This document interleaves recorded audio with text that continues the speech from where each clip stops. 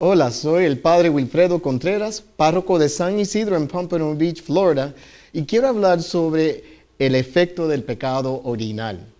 Cuando Dios nos hizo, guardó lo mejor para el final, haciendo al hombre y a la mujer a su imagen y semejanza. Ser hecho a su imagen significa que somos fundamentalmente y esencialmente buenos. Piénselo, si somos hechos por Dios, quien es la bondad misma, ¿cómo podríamos ser cualquier cosa menos bueno? Fue esa pureza lo que permitió a Adán y Eva caminar en el jardín con su Creador. Experimentaron una gracia poderosa. Su voluntad estaba totalmente en la línea con la de Dios.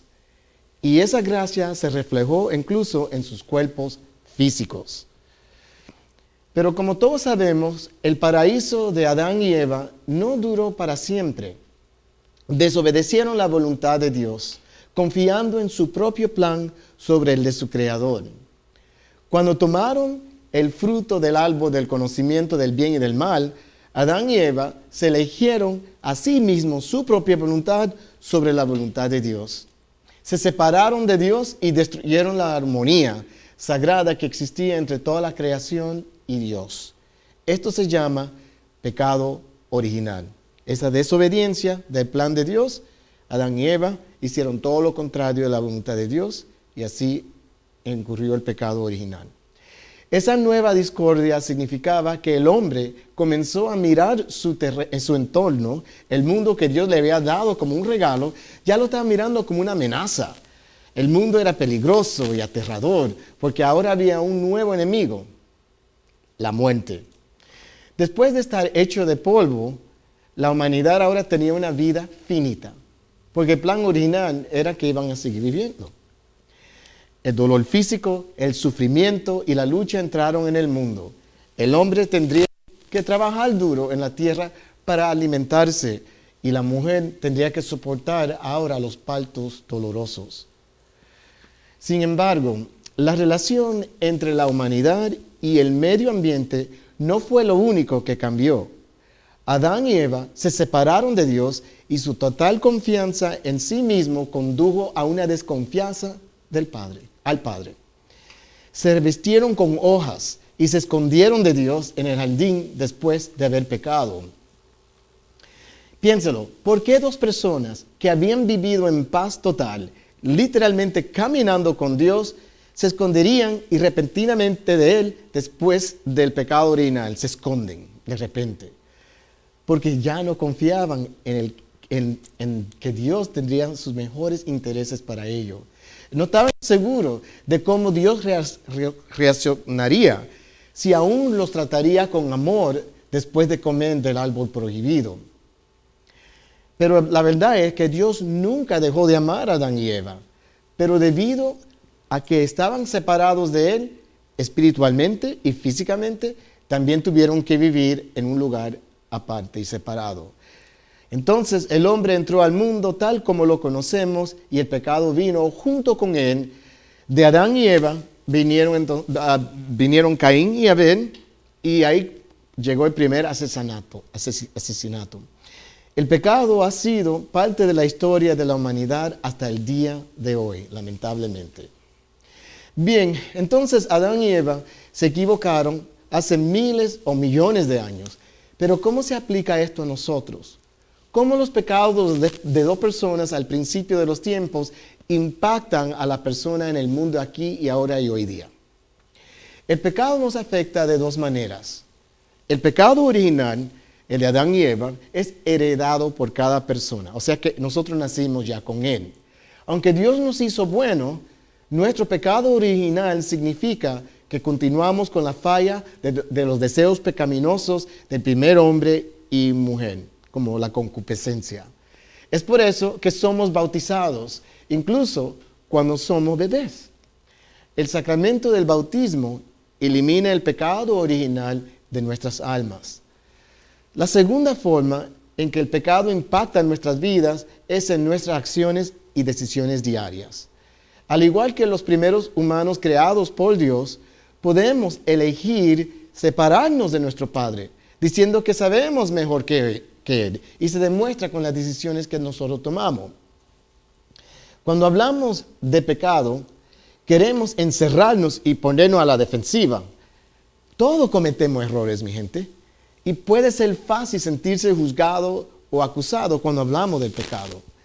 Mientras hablamos del pecado, recuerda qué es el pecado.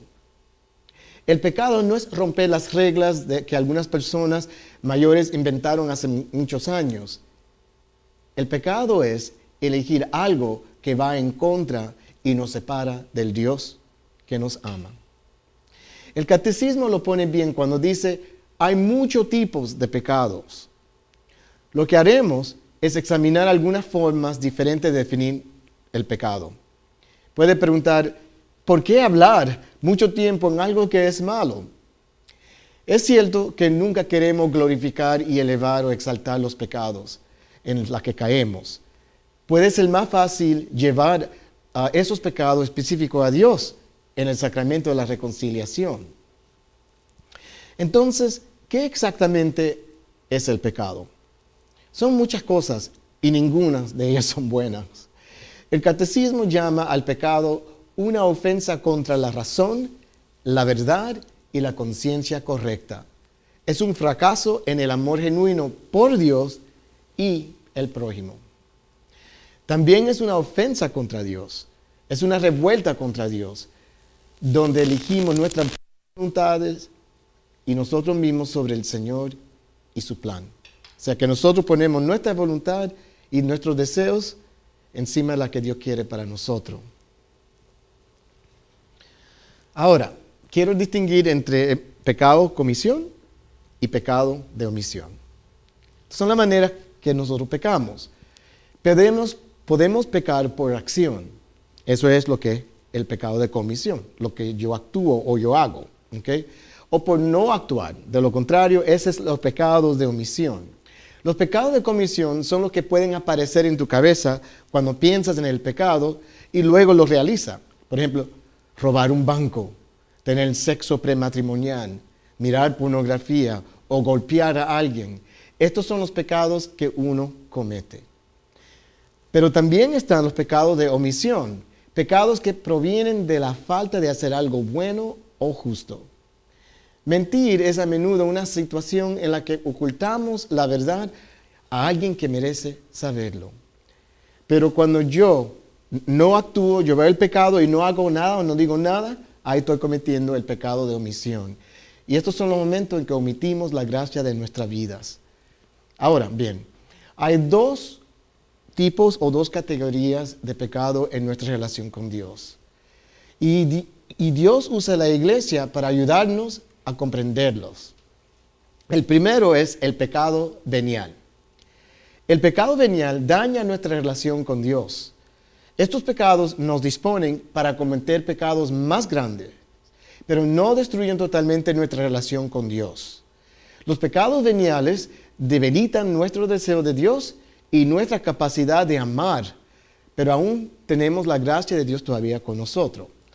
Así que un pecado venial, un ejemplo puede ser robarle un lápiz de alguien, decir una mentira piadosa o decir chistes así medio sucios. Esos son pecados veniales. Ahora, el segundo tipo de pecado se llama pecado mortal. Estos son los pecados que son muy graves, que pueden despojarnos de nuestro estado de gracia. Los pecados mortales son, como dice San Tomás de Aquino, incompatibles con la caridad. Cuando cometemos pecados mortales, nuestra capacidad de amar y acercarnos a Dios se ve afectada y es importante para nosotros llegar a la reconciliación inmediatamente para así limpiar nuestra alma. Algunos ejemplos de pecados mortales incluyen el aborto o a matar a alguien deliberadamente, faltar misa los domingos o el adulterio. Son ejemplos de pecados bien serios, mortales. Ahora, ¿qué hace que un pecado sea mortal? Hay tres condiciones para que un pecado sea mortal. El primero es, un pecado debe ser algo grave. Estos son los tipos de cosas que encuentras en los 10 mandamientos. Cosas como el asesinato, el adulterio y el robo. Incluso cosas como faltar a misa el domingo, el uso de drogas, la pornografía y la automutilación entran en la categoría de pecado mortal. La materia grave significa que es algo de gran seriedad. La segunda condición que tenemos que satisfacer es que a nosotros, al lado de que ya sabemos que es algo grave, es cometerlo con pleno conocimiento. Cometer el pecado con pleno conocimiento de que es malo. ¿Qué significa eso? Significa que tienes que saber que es un pecado y que es un asunto grave. Entonces, si no sabías que perder la misa era un pecado grave, pues ahora ya lo sabes. Tienes pleno conocimiento. Así que la próxima vez que faltes la misa, ya sabes que no es poca cosa, es un pecado grande. Ya uno tiene el conocimiento de que el pecado es serio. Y el tercer requisito para un pecado mortal es de pleno consentimiento. O sea, que yo sé que es malo, sé que está algo serio y lo hago de toda manera, yo consentí al pecado. Tienes que querer cometer el pecado. Digamos que vamos a decir que no quiere ir a misa porque está cansado y desea seguir durmiendo. Tú sabes bien que es un pecado faltar a la Santa Misa. Entonces el reloj te despierta, ¿pero qué? ¿Para qué? Para que te prepares y te bañes y todas esas cosas, pero ignora el reloj y sigue durmiendo. Entonces consentiste al pecado contra el tercer mandamiento de Dios. Ahora también la iglesia enseña de los pecados mortales, que hay 7 de ellos, 7 pecados mortales. Pero en la iglesia se les llama pecados capitales. ¿Okay? Ellos son la lujuria, la glotonería, la avaricia, la sedia o la pereza espiritual, ira, la envidia y el orgullo. Y ellos son pecados capitales porque ellos dan a luz a los demás pecados que van debajo de ellos. Por ejemplo, ¿a dónde creen que discriminando a una persona viene? Eso no viene de la soberbia de uno, ¿verdad? El acto de discriminar está encasillado en el pecado capital de lo que es la soberbia. ¿De dónde vienen los pecados sexuales como el adulterio? Esos pecados que son prohibidos. El adulterio es un acto lujoso, eso viene de la lujuria, y etc. Así es que todos los demás, estas 7 categorías, dan a luz a otros pecados bajo ello.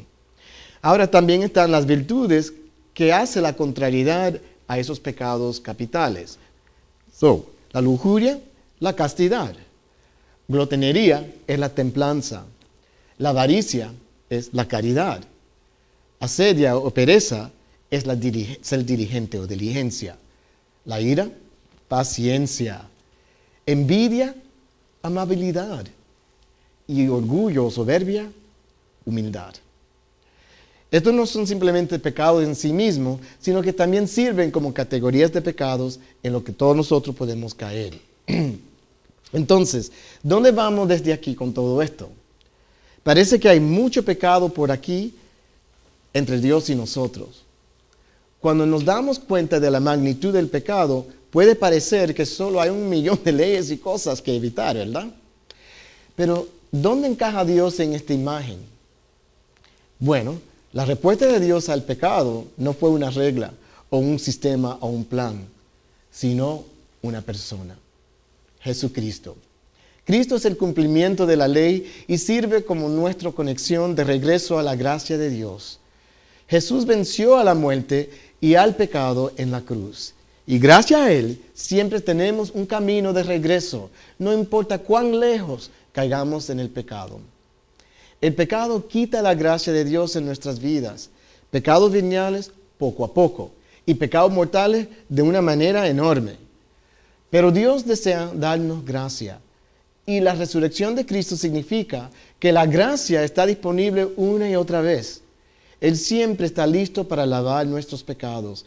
Solo tenemos que arrepentirnos y esforzarnos por no volver a cometer esos pecados al confesarnos. Dios nos restaurará en gracia. Así que mi familia, ya entendiendo un poco de esta naturaleza del pecado y su origen, es importante que averigüen con sus parroquias el horario de confesarse. Muchas parroquias tienden a ofrecer los sábados y también el domingo antes de cada misa. Y también pueden llamar a la parroquia y hacer una cita con el sacerdote y así él lo recibe. Entonces, pues, espero que esto sea otro tema que aprendan y me dejan saber sus comentarios y continuaremos con más temas más adelante. Espero que hayan disfrutado esta enseñanza. Bueno, que Dios me lo bendiga a todos, en el nombre del Padre, y del Hijo, y del Espíritu Santo. Amén.